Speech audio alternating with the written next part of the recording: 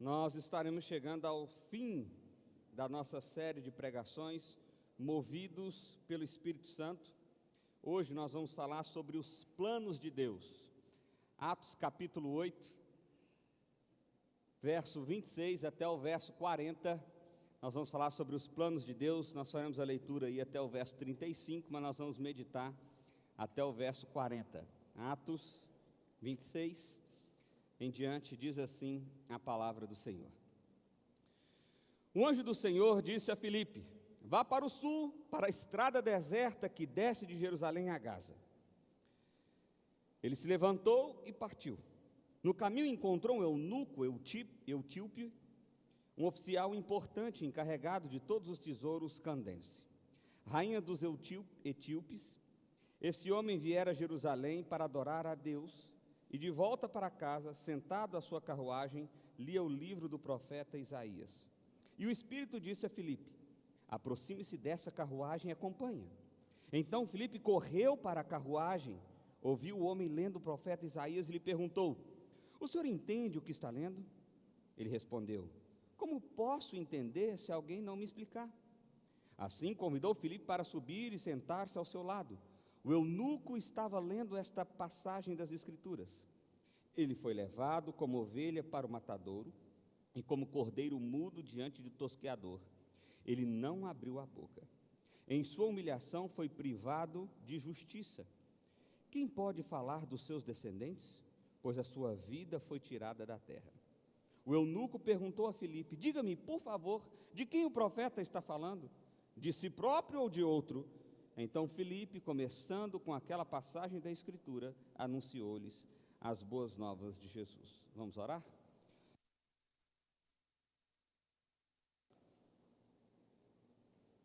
Pai, nós adoramos ao Senhor, ó Deus, pelo privilégio que temos de meditar na Tua Palavra nessa hora, Pai.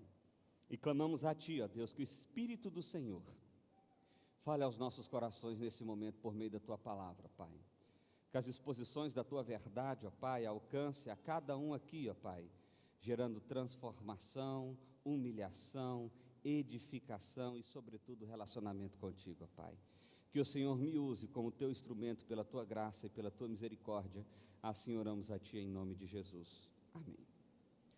Meus irmãos, nós estamos numa série de pregações aí, desde Atos capítulo 1, que começou há 4 anos atrás, aí nós paramos no capítulo 4, e aí depois retomamos no capítulo 4 e chegamos agora ao capítulo 8, e sabe lá Deus daqui quantos anos retornaremos ao capítulo 9, mas por enquanto nós vamos parar aqui no capítulo 8. O fato é que eu preciso que você entenda sobre o que nós estamos falando aqui.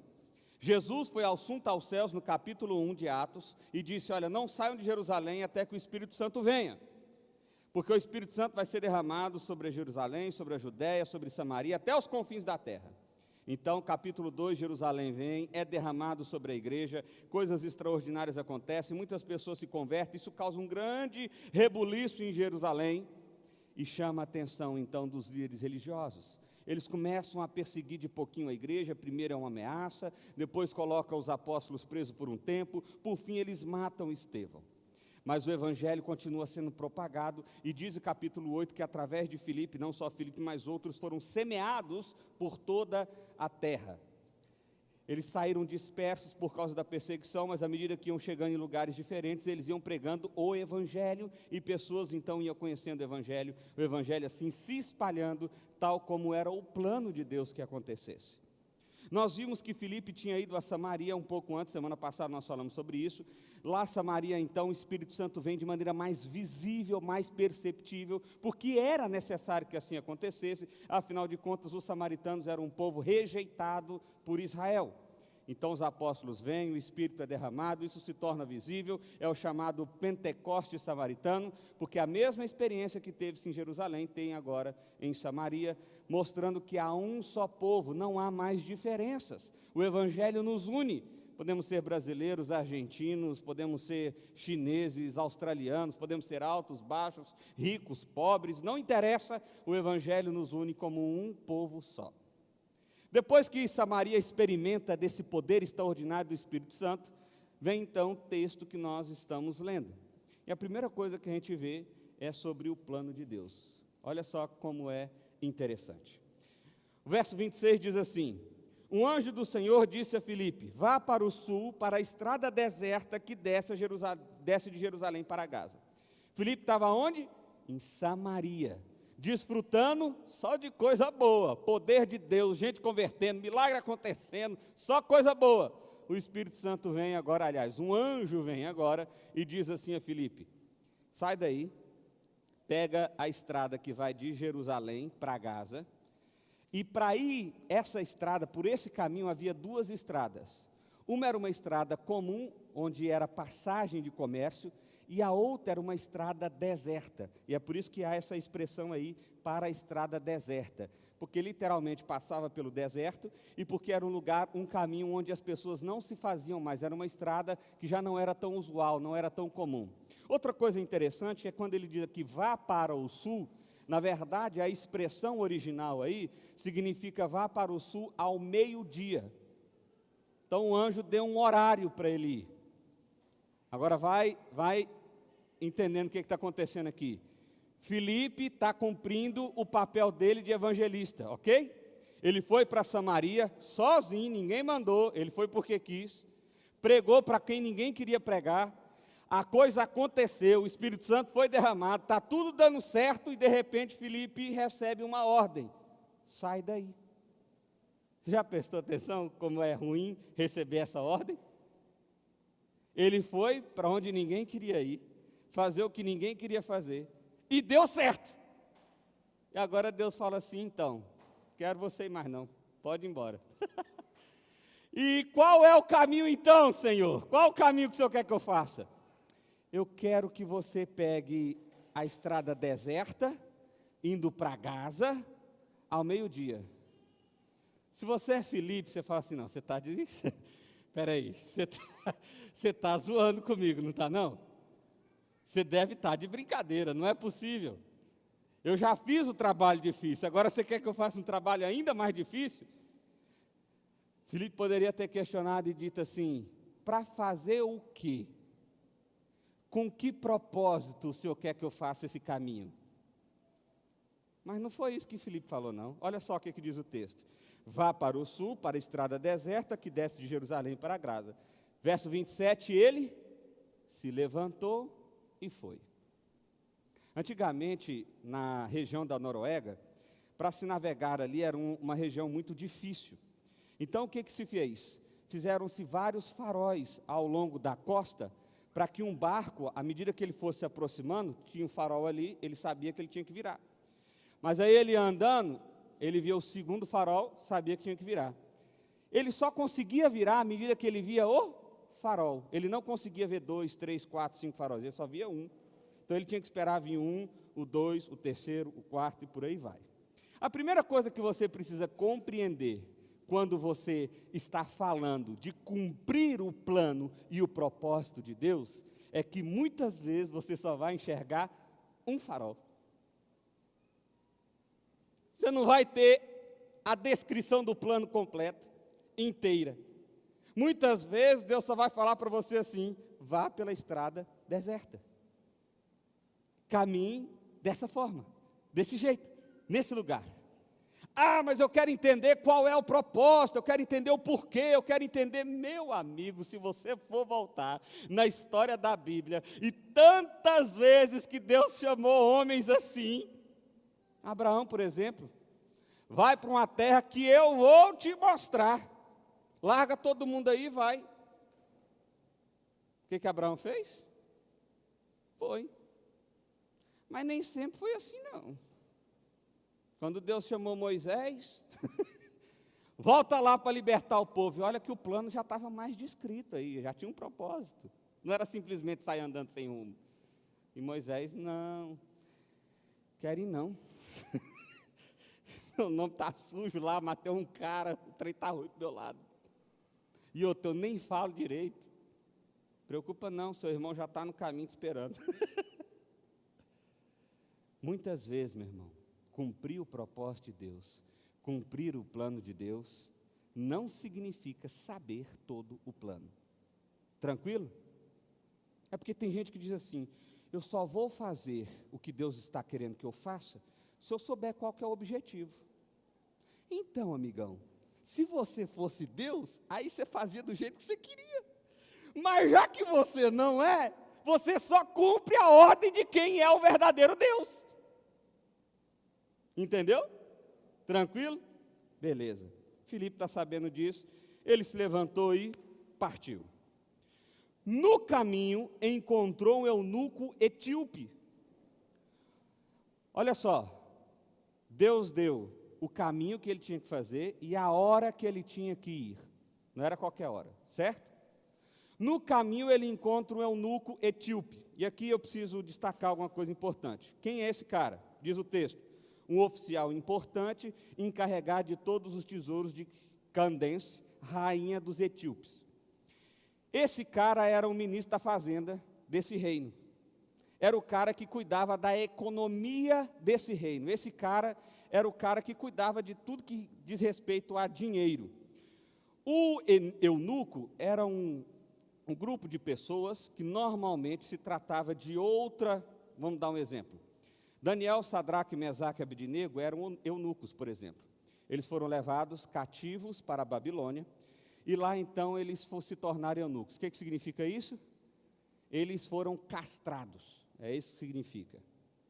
E eles eram castrados inicialmente para cuidar do harém do rei, porque assim, já que era castrado, não tinha problema de ficar com uma das mulheres ou das concubinas do rei. Mas esses que se destacavam também eram colocados em posições de destaque no governo, no reino. Provavelmente é o caso desse aqui, ele se destacou de alguma forma, se destacou tanto que se tornou a pessoa que administrava o tesouro daquele reino. Tranquilo? Está sabendo quem é o etíope agora, né? Beleza. Mas esse texto diz algumas coisas mais importantes para nós, olha só. Esse homem viera de Jerusalém para adorar a Deus. Qual era o propósito dele? Ele foi para Jerusalém para adorar a Deus. Então ele tinha uma fé judaica, apesar de estar numa região da África que aparentemente não é uma região assim cheia da religião judaica. Provavelmente esse cara é fruto da rainha de Sabá, que foi lá no reino de Israel, na época de Salomão, e depois voltou para o seu reinado. Provavelmente, ok? Beleza. Então ele foi para Jerusalém e ele está voltando. De volta para casa, sentado numa carruagem, lia o livro de Isaías. Ele está voltando. Aqui eu preciso explicar algumas coisas para vocês. Um eunuco não podia entrar no templo. Ele não podia fazer parte da adoração plena, porque os fariseus haviam criado uma regra que, por ser eunuco, ele não podia fazer parte de fato de alguém que era judeu, mesmo que professando a sua fé. Então, apesar dele querer adorar o Deus de Israel, não lhe era permitido fazer isso, porque ele era eunuco. Havia uma barreira para que ele pudesse fazer isso. Isso aqui vai ser, você tem que guardar essa informação, porque isso é muito importante para o que a gente vai dizer daqui a pouco. Provavelmente esse eunuco, então, está voltando frustrado, mas buscando a Deus. Ele foi a Jerusalém, ele participou do que era possível participar, do que era público, mas não daquilo que era da membresia, digamos assim, do templo. E aí ele está voltando agora e ele está lendo o livro de Isaías. E nesse momento o Espírito Santo diz o seguinte a Filipe: aproxime-se dessa carruagem e acompanha. Acompanha.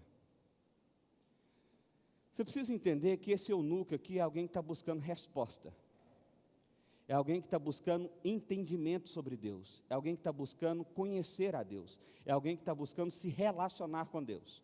Mas ele tem algumas barreiras étnicas, ele não é de Israel, ele é de uma região muito distante, ele é eunuco, ele não pode ser plenamente considerado um adorador de Deus nos moldes dos fariseus, e ele então tem essas barreiras que o impedem de ser alguém que de fato conheça esse Deus. Mas ele continua buscando, ele está lendo o livro de Isaías, ele está querendo entender o que é que Deus tem para ele, o que é que Deus tem para falar para ele.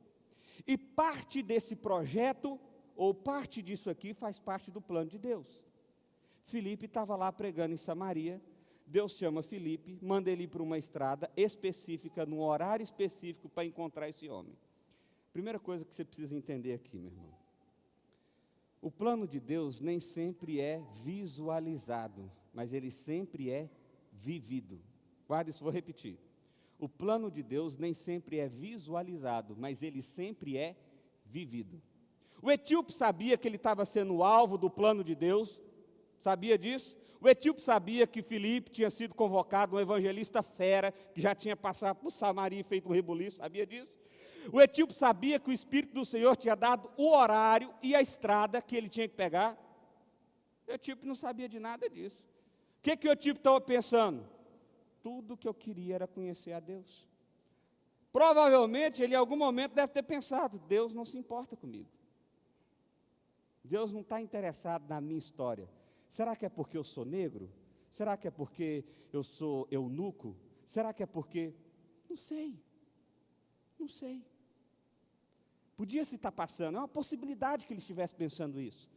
Procurando ali, lendo a palavra, tentando achar uma resposta. Mas apesar dele não saber, o plano de Deus estava desenhado para um encontro real e verdadeiro com esse etíope. E aí o texto continua, olha só. Segundo lugar, o que nós podemos perceber é que você é o plano. Quando eu digo você, é num sentido duplo. Eu quero dizer você como instrumento da execução do plano de Deus, e quero dizer você como alvo do plano de Deus, ok? Que é o que nós vamos ver aqui nesse momento, olha só. Então Filipe correu para a carruagem. Esse correu aqui é uma expressão de que ele foi correndo mesmo, mais do que depressa. O Espírito falou, vai para lá, ele foi correndo. Ouviu o homem lendo o profeta Isaías e lhe perguntou, o senhor entende o que está lendo? E ele respondeu, como posso entender se alguém não me explicar?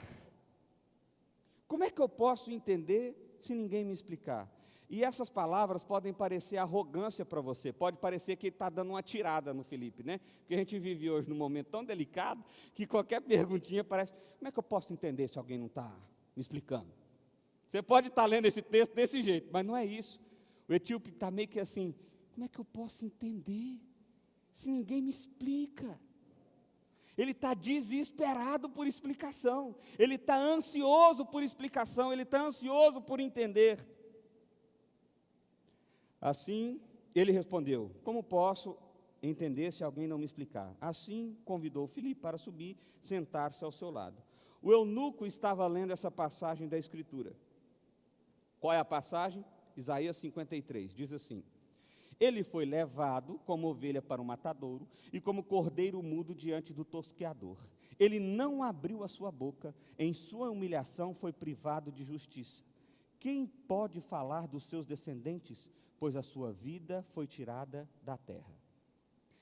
Outra coisa interessante, parece coincidência Filipe encontrar o eunuco, parece coincidência o eunuco estar lendo justamente Isaías 53, ele podia estar lendo 52, ele podia estar lendo 54, provavelmente ele estava até lendo antes, né? Vinha na sequência 50, 51, 52, logo no 53 é que há esse encontro. Por quê? Porque é justamente o 53 que é um dos textos bíblicos do Antigo Testamento, especialmente Isaías, mais claro sobre o Jesus Messias, ou sobre a vinda do Messias e as características desse Messias, quem ele é, onde que ele vai estar, como ele vai morrer, o que significa a morte dele. Sabe por quê, meu irmão? Porque no fim das contas, o Evangelho é a verdadeira resposta necessária para o eunuco, para você e para mim. E o plano de Deus é que você, ou muitos de nós, sejamos o instrumento o instrumento que vai levar o Evangelho, e outros são justamente o alvo de quem vai receber o Evangelho. E parece que é por acaso, mas, como eu já disse aqui há muitas vezes, não existe coincidência, existe Jesuscidência. Existe Jesuscidência. Deixa eu dar uma pausazinha aqui para falar uma coisa para o seu coração. A história do eunuco não é a primeira na Bíblia, nem a última, e nem parou de acontecer.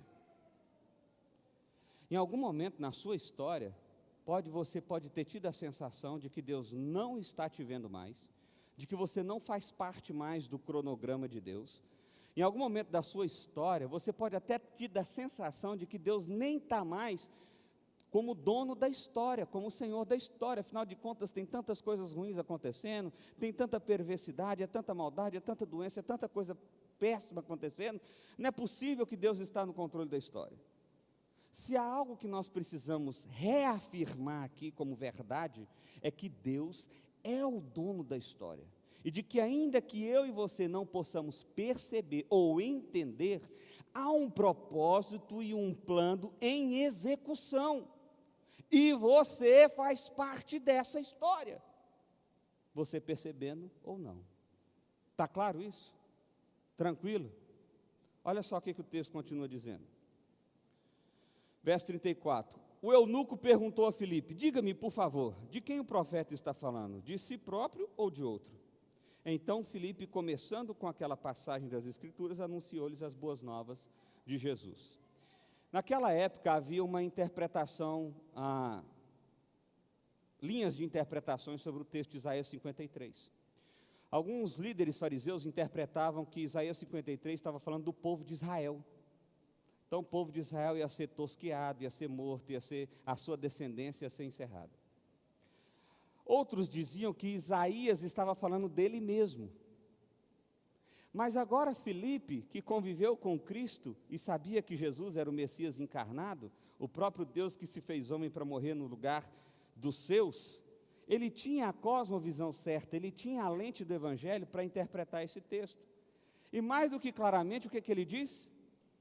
Está falando sobre Jesus.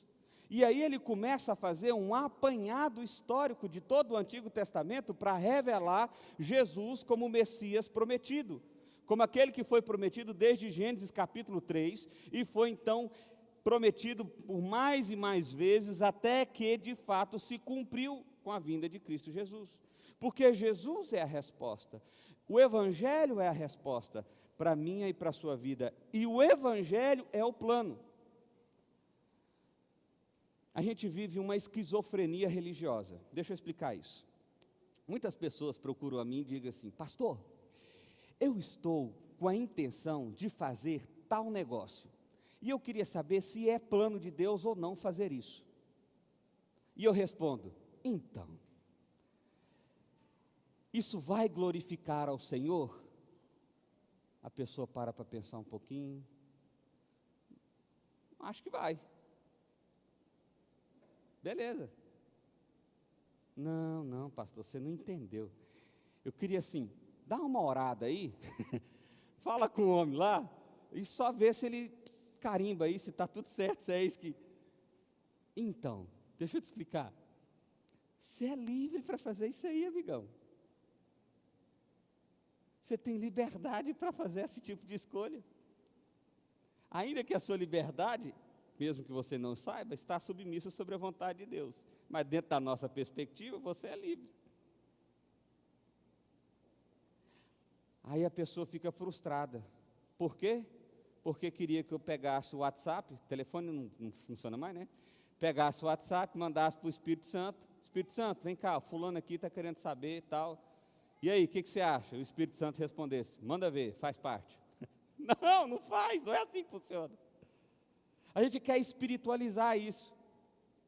Agora, por outro lado, muitas vezes que nós fazemos ou tomamos uma decisão errada, ou que por consequência causa algum tipo de situação ruim nas nossas vidas, a gente diz assim: por que Deus deixou fazer isso? Por que Deus me fez fazer esse negócio? Uai, peraí.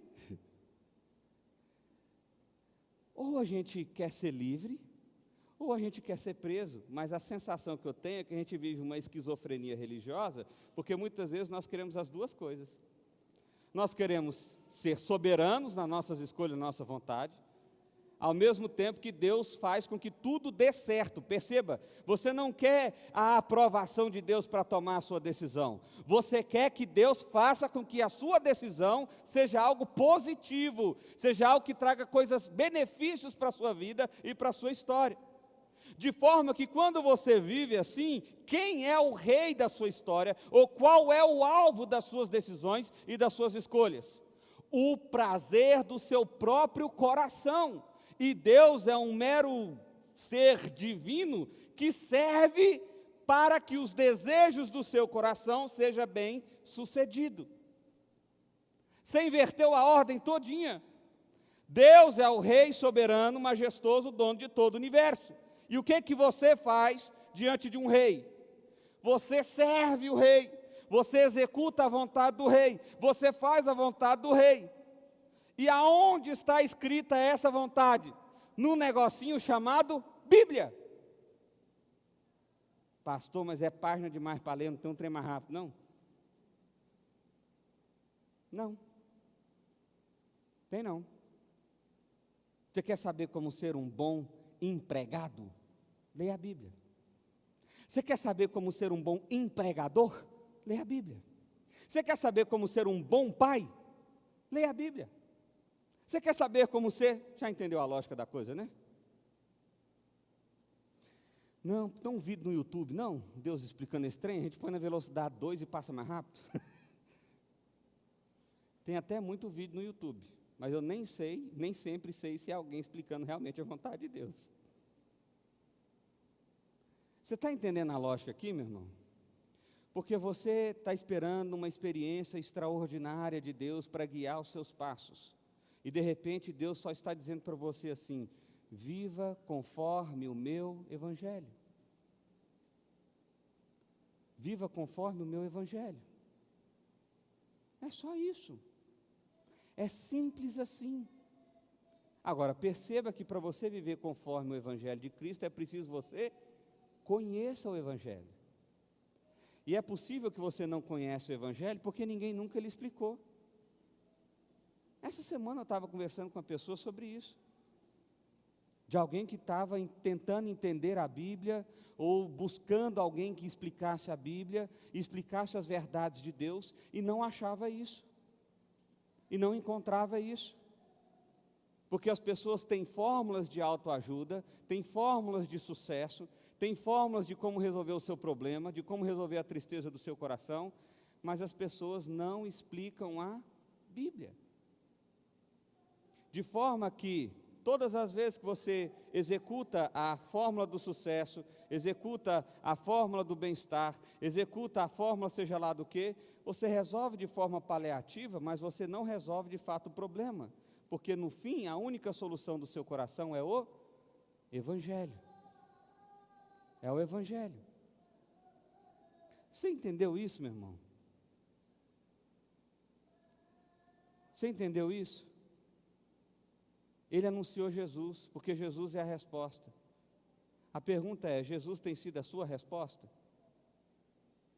Quando você pensa em estar com alguém, ou estar em uma reunião, ou em fechar um negócio, ou em assinar um papel, Jesus é a sua resposta? Jesus é a condução? Ou muitas vezes você tem que falar para Jesus assim: Jesus, fica do lado de fora aqui, vou fechar a porta rapidinho, daqui a pouco eu volto.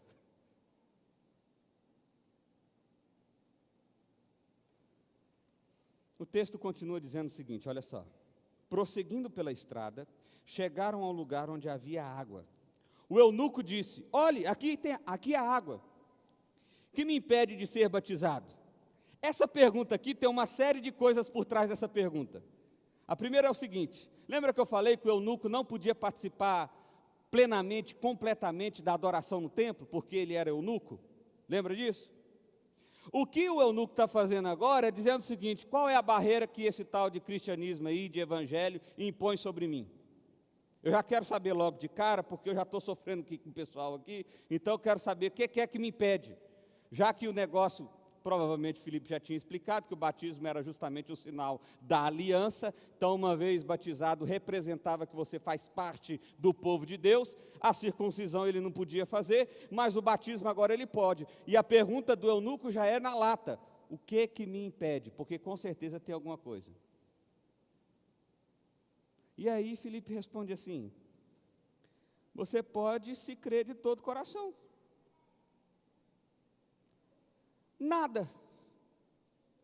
O que te impede é só a sinceridade do seu coração. É só isso. Você crê de todo o coração? Então está fácil. Você, é aquela famosa pergunta, né, que a gente faz em campanha de evangelismo na praça, já participei muito disso. Quem crê de todo o coração em Cristo Jesus como seu Salvador, será salvo.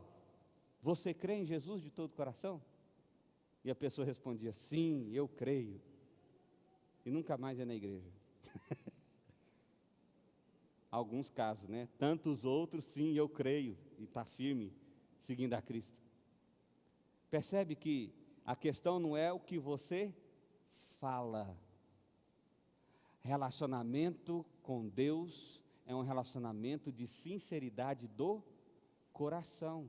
Isso é uma realidade de toda a Bíblia. De toda a Bíblia.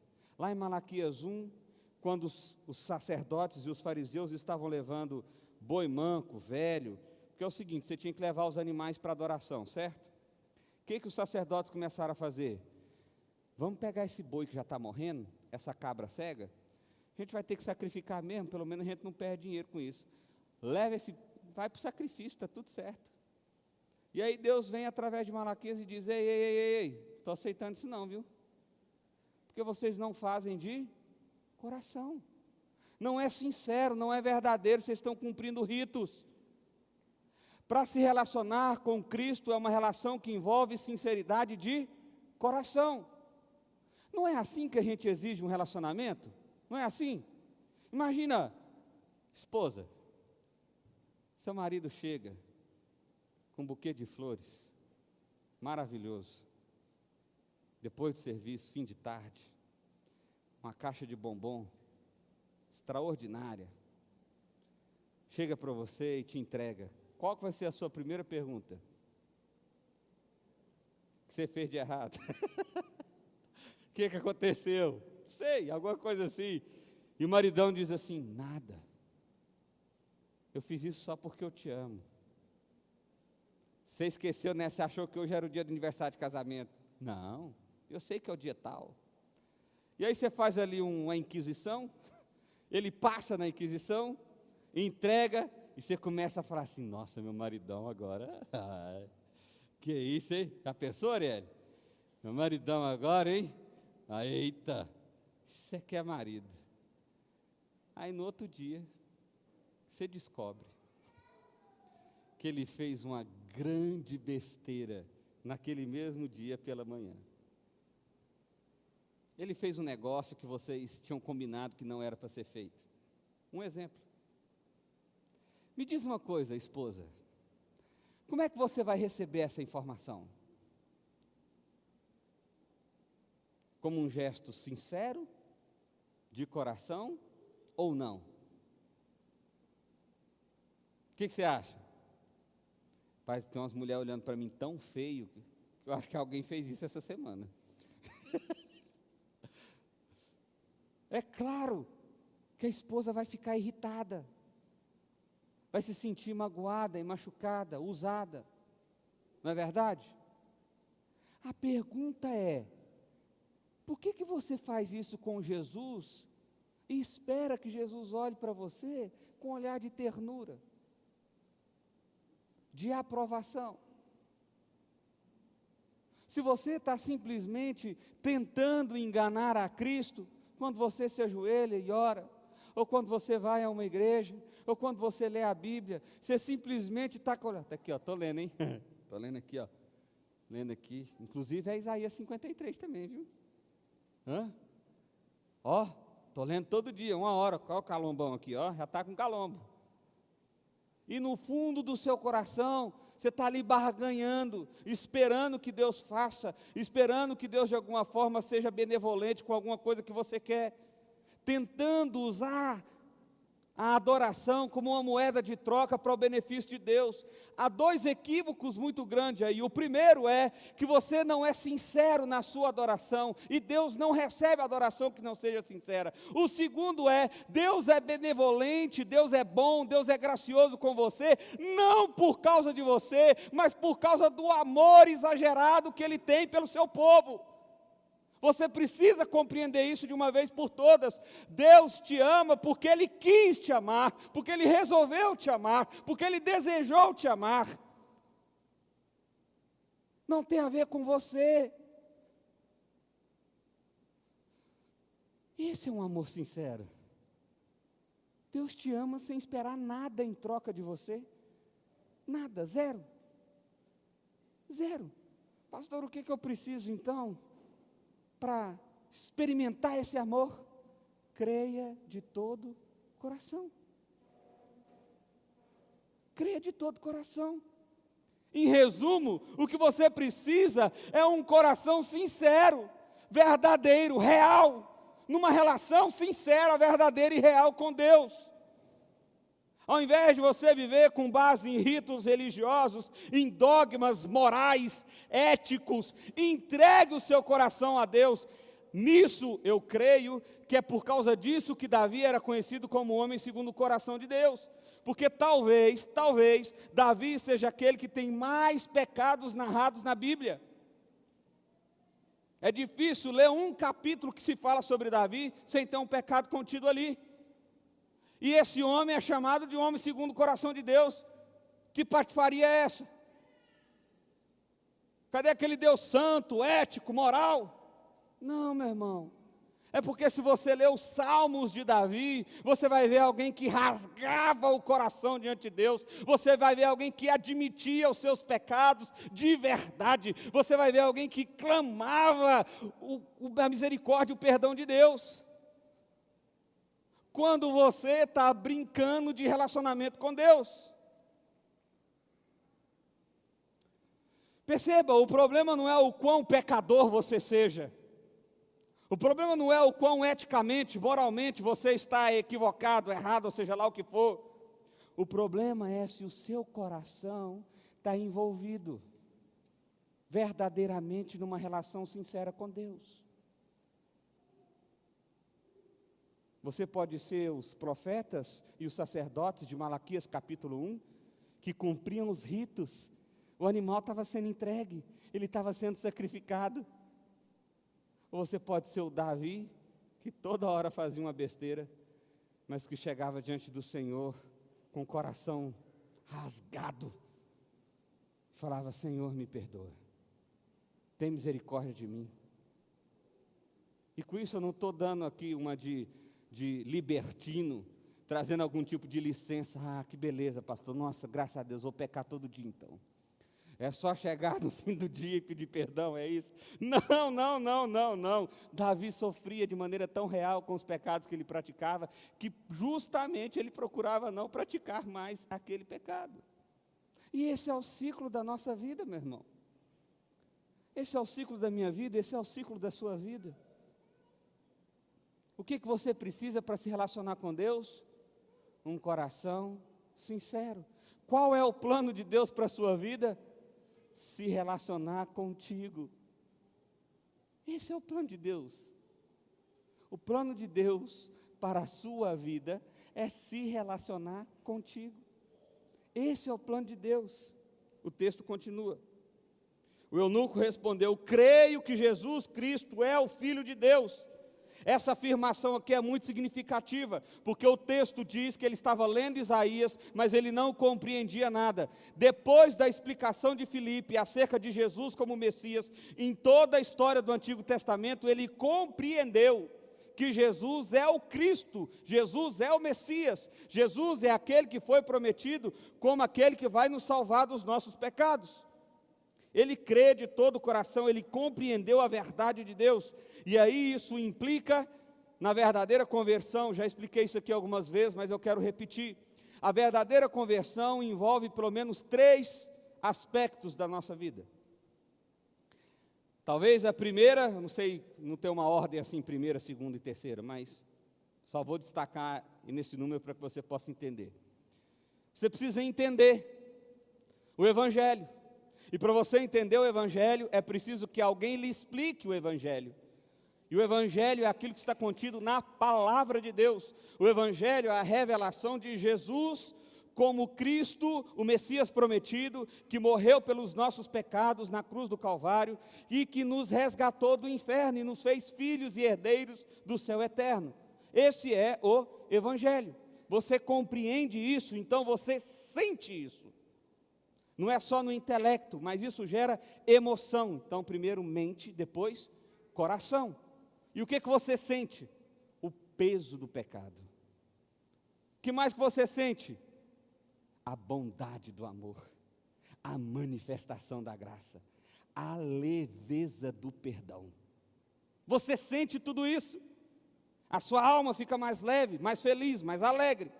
E aí o que é a consequência disso tudo? Você entendeu, você sentiu e agora você vive. Você vive. Mente, coração e mãos.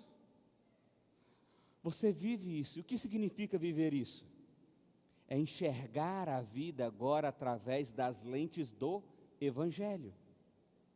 É buscar fazer a vontade de Deus em tudo que nós fazemos.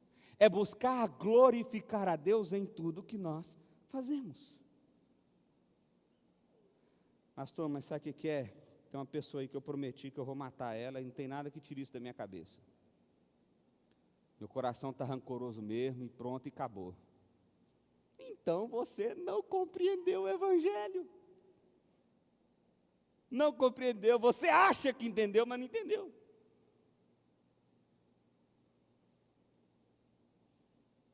Entendeu? O texto continua.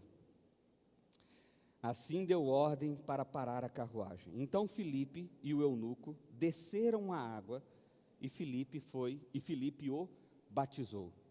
Nesse caminho, nessa estrada deserta, há apenas dois lugares onde isso era possível acontecer. Agora, olha para você, gente, eu quero que você entenda como que Deus é minucioso na medida que Ele vai escrevendo, ou escreveu a nossa história. Olha só, Ele deu a estrada, Ele deu o horário, no momento em que o eunuco estava passando, o momento em que Isaías 53 estava ali, e o eunuco entende o Evangelho justamente na hora em que num caminho de 50 milhas, apenas há duas possibilidades de um poço d'água. E é justamente nesse caminho, nessa hora em que ele entende, e olha lá o poço ali, olha a água ali. É muita coincidência, hein? Deus está aqui, ó, nos mínimos detalhes, arquitetando tudo direitinho, os encontros direitinho. Então eles desceram, e então o eunuco foi batizado. O eunuco foi batizado, e olha só o que o texto continua dizendo.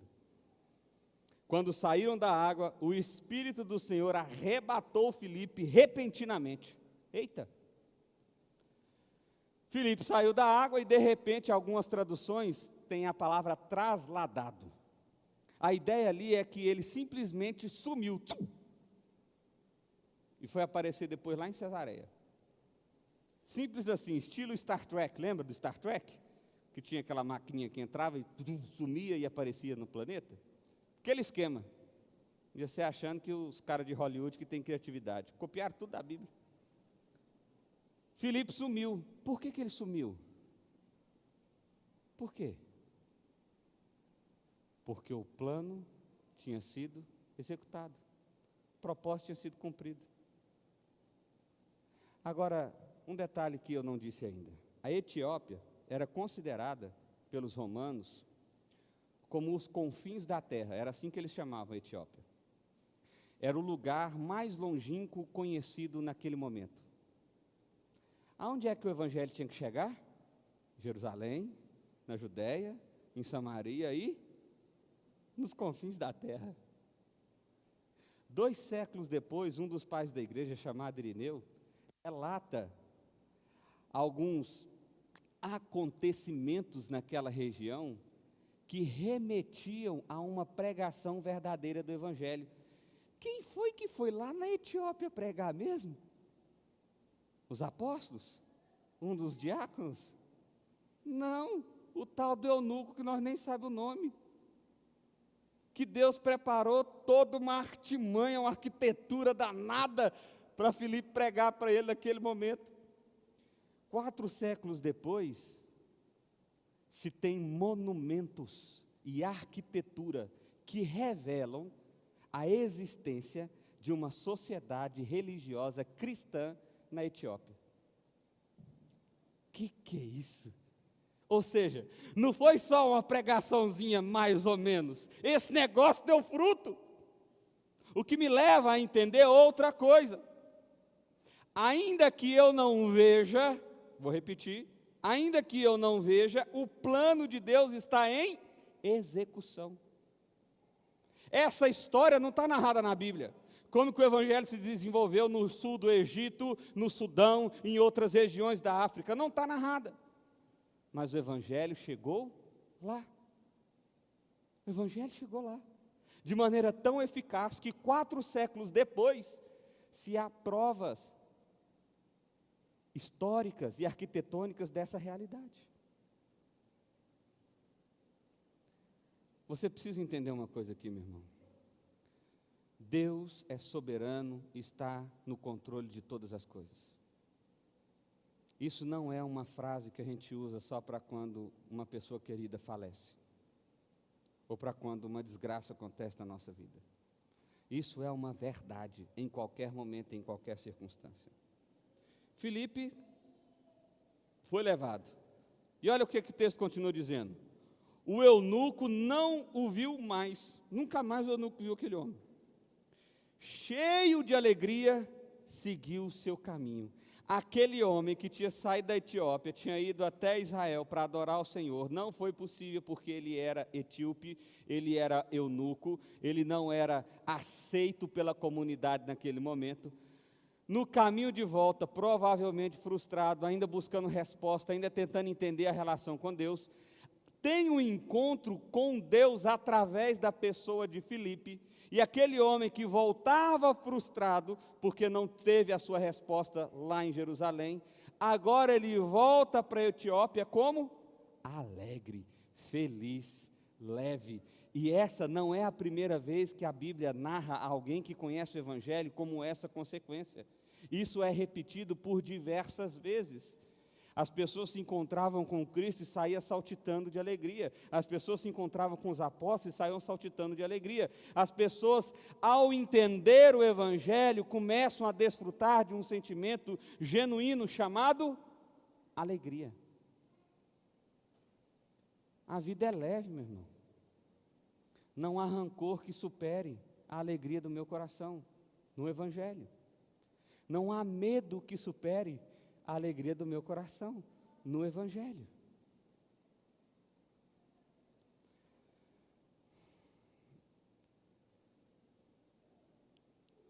Muitas vezes nós nos deixamos perder por causa do medo, da ansiedade ou de qualquer outra questão.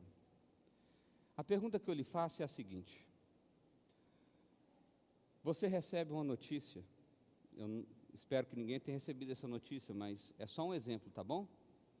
Você recebe uma notícia que você tem apenas 60 dias de vida.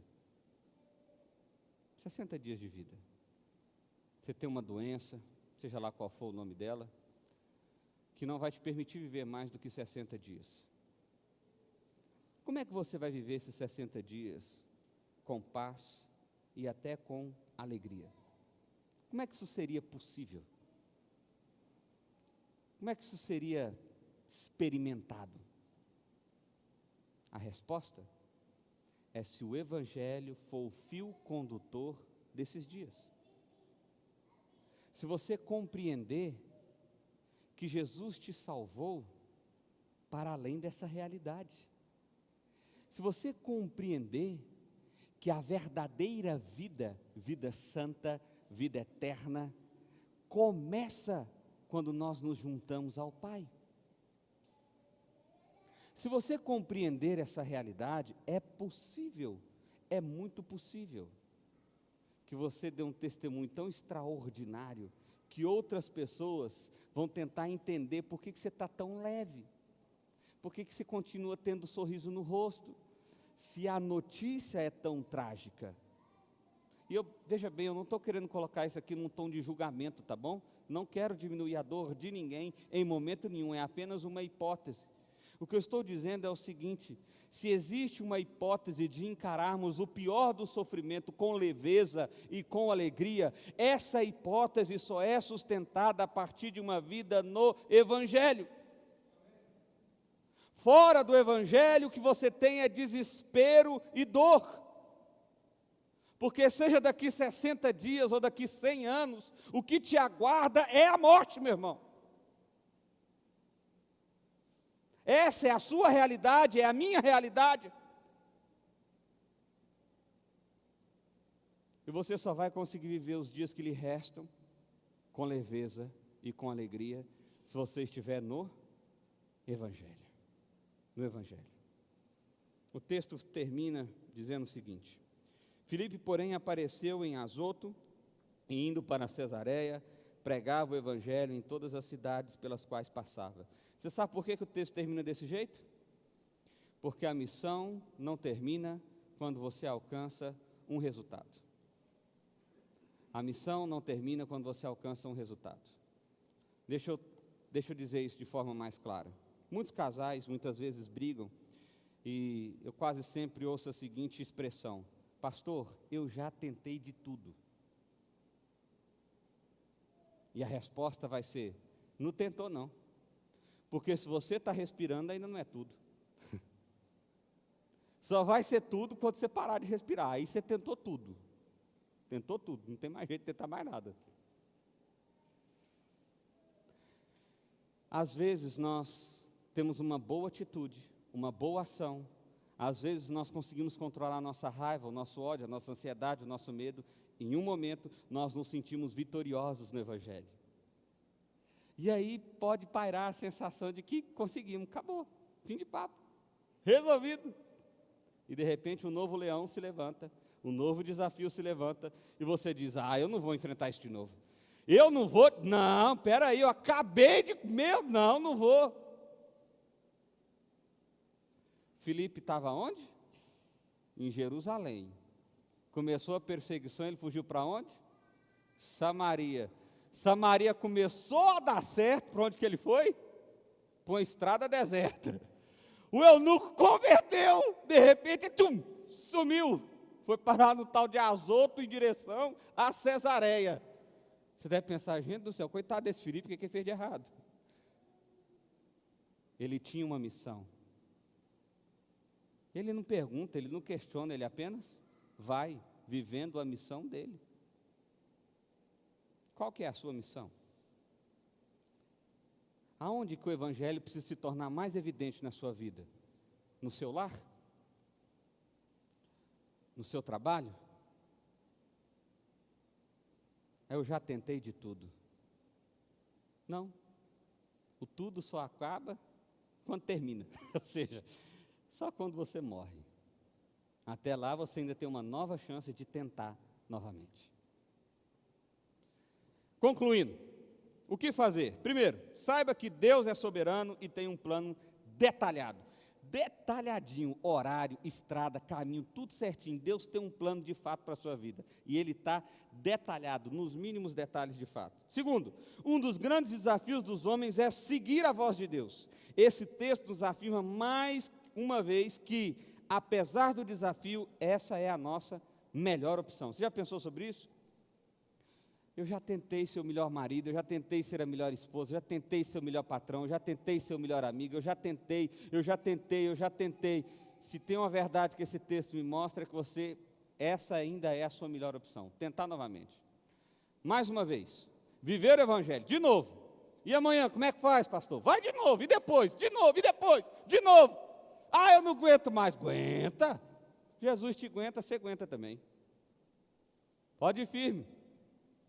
Terceiro, você é a execução do plano de Deus, por isso vá. Qual é a sua missão? Você que já compreendeu o Evangelho, você que já foi chamado por Deus, você que já o adora em espírito e em verdade, em sinceridade de coração. Qual que é a sua missão? Perde tempo não, vai. Essa missão precisa ser executada. Quarto, não existe coincidência, existe Jesuscidência. Nada é por acaso, absolutamente nada é por acaso. Deus está absolutamente no controle de tudo. De tudo. de tudo. Nascer no Evangelho, vivê-lo e proclamá-lo, esse é o plano. Você quer saber qual que é o plano de Deus para a sua vida? Está aí. O plano de Deus para a sua vida é que você venha nascer no Evangelho, é que você venha viver o Evangelho e é que você venha proclamar o Evangelho. Esse é o plano de Deus para a sua vida. Não coloque essa expressão plano de Deus como resultado de uma divindade que vai fazer o que seu coração quer que aconteça. Porque muitas vezes a gente tem essa sensação, né? O plano de Deus para a minha vida é sinônimo de sucesso. Vamos bater um papo com o apóstolo Paulo? Rico, poderoso, chegando no topo, líder dos fariseus, líder da perseguição dos hereges cristãos, é chamado agora para viver o Evangelho. E Jesus diz assim: eu vou te mostrar como importa sofrer pelo meu nome. A partir daquele momento, ele não tem mais dinheiro, ele deixa de ser perseguidor para ser o perseguido, ele passa fome, ele é preso várias vezes, açoitado outras tantas, e morre num calabouço, sozinho, com a sensação de que foi abandonado. Vida de sucesso? Sucesso? É sucesso, sabe por quê? Porque Paulo diz em Filipenses: eu aprendi a viver com muito, com pouco, eu aprendi a ser feliz em toda e qualquer circunstância. Sabe qual que é a minha crise? Nas minhas palavras, em Filipenses capítulo 1. A minha crise é se eu fico mais um pouquinho aqui para ajudar vocês, ou se eu vou logo para o céu, que eu estou doidinho para chegar lá e receber a coroa da vitória. Essa é a minha crise de ansiedade, Paulo falando, em Filipenses capítulo 1.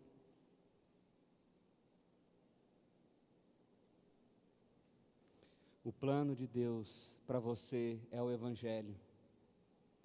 Eu quero insistir nisso, meu irmão, porque eu sei, veja bem, eu sei que muitas pessoas, talvez a maioria das pessoas que busca a Deus no sentido de ter uma resposta definitiva para um problema imediato. Então você está, de repente, buscando a Deus porque você está passando por uma crise financeira muito grande e você quer que Deus faça plim-plim e caia milhões na sua conta.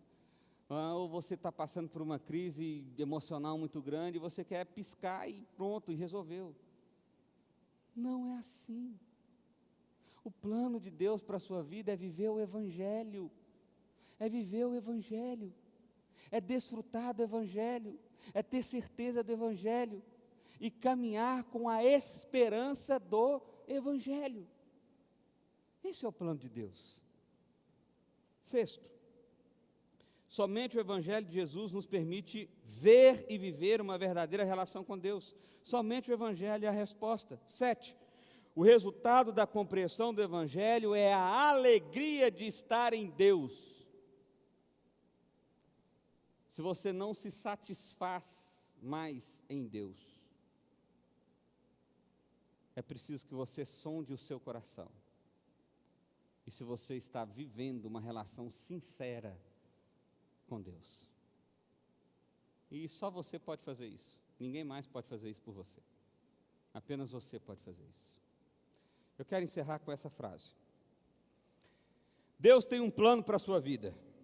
E esse plano refere-se a uma verdadeira vida nele. Dias de alegria e não mais de lágrimas. Dias de paz e não mais de guerra.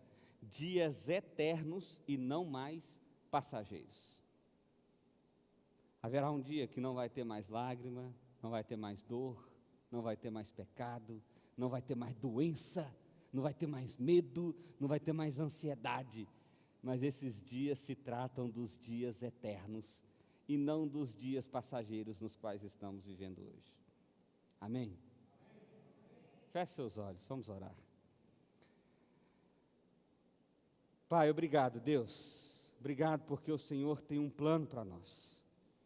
Obrigado, Deus, porque o seu plano envolve nos resgatar das garras do inferno, nos fazer filhos, herdeiros do céu eterno, Pai.